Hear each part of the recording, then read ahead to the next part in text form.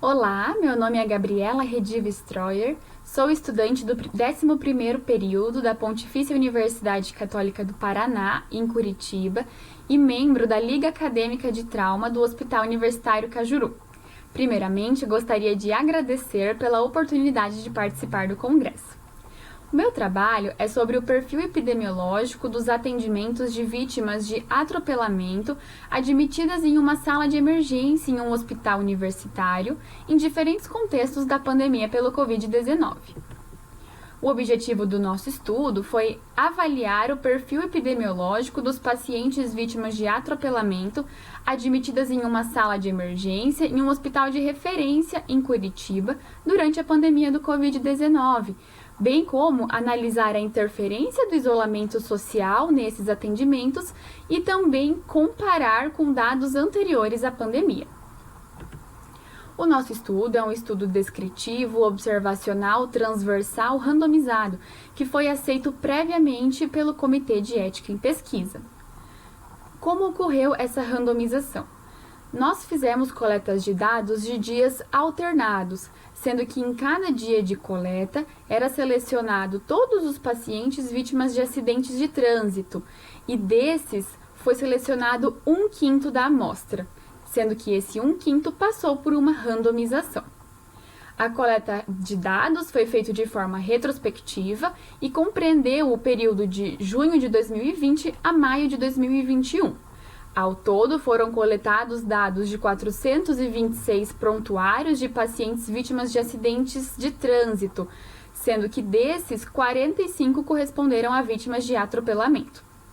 As variáveis de interesse do nosso estudo foram idade, sexo, transporte ao hospital, trauma ortopédico, fratura exposta, trauma neurológico, consumo de bebida alcoólica, internamento e período da pandemia em que ocorreu.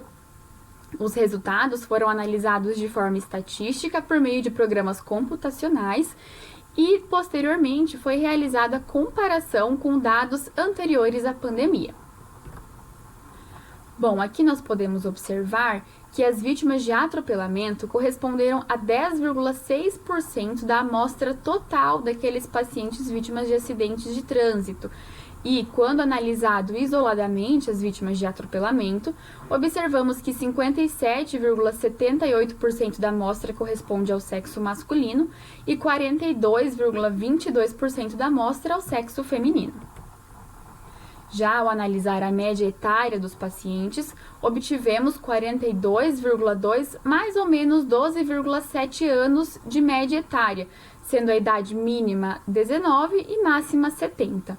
Nesse gráfico, podemos observar diferentes faixas etárias e as porcentagens que compreendem os pacientes de cada uma delas.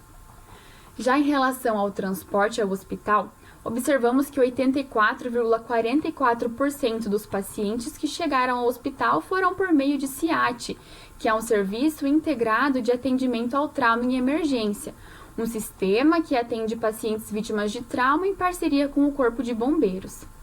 Já 11,11% da amostra chegou ao hospital por meio de SAMU e aproximadamente 4% por meio de transporte de rodovia.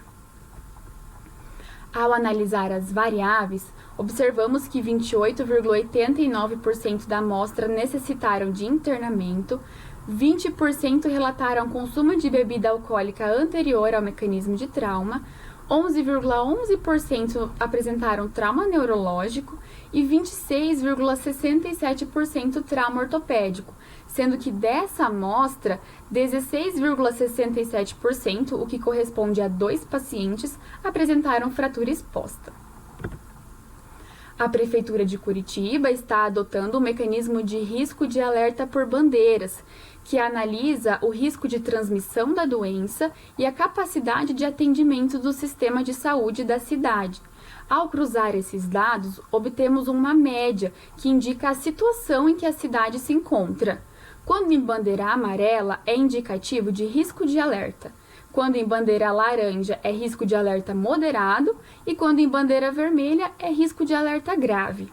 Em relação à duração do nosso estudo, 116 dias compreenderam a bandeira amarela, 224 dias a bandeira laranja e 26 dias a bandeira vermelha. Já ao analisarmos o número de pacientes admitidos em cada uma dessas bandeiras, observamos 13 pacientes na bandeira amarela, 28 pacientes na bandeira laranja e 4 pacientes na bandeira vermelha. Ao analisar a média de atendimentos por dia dos pacientes vítimas de atropelamento em cada uma dessas bandeiras, obtivemos 0,11 atendimentos ao dia de pacientes vítimas de atropelamento na bandeira amarela, 0,12 na bandeira laranja e 0,15 na bandeira vermelha. Ao comparar esses resultados com o estudo realizado na mesma instituição em um período anterior à pandemia, observamos que nesse período a média de atendimento ao dia foi de 0,211, enquanto que na nossa pesquisa foi de 0,123. Por fim, concluímos que o perfil das vítimas analisadas no nosso estudo assemelha-se a outras pesquisas sobre o mesmo tema, sendo a sua maioria homens jovens. Também podemos observar que houve uma redução no número de atendimentos de vítimas de atropelamento quando comparado a um período anterior à pandemia, porém que não houve diferença estatística quando comparados os riscos de alerta por bandeiras. Recomendamos, independentemente do período, seja pré-pandêmico ou pandêmico, que exista a necessidade de implantação de programas de conscientização sobre saúde pública, além também de aperfeiçoar as medidas já existentes. Muito obrigada, essa foi minha apresentação e fico disponível para eventuais dúvidas.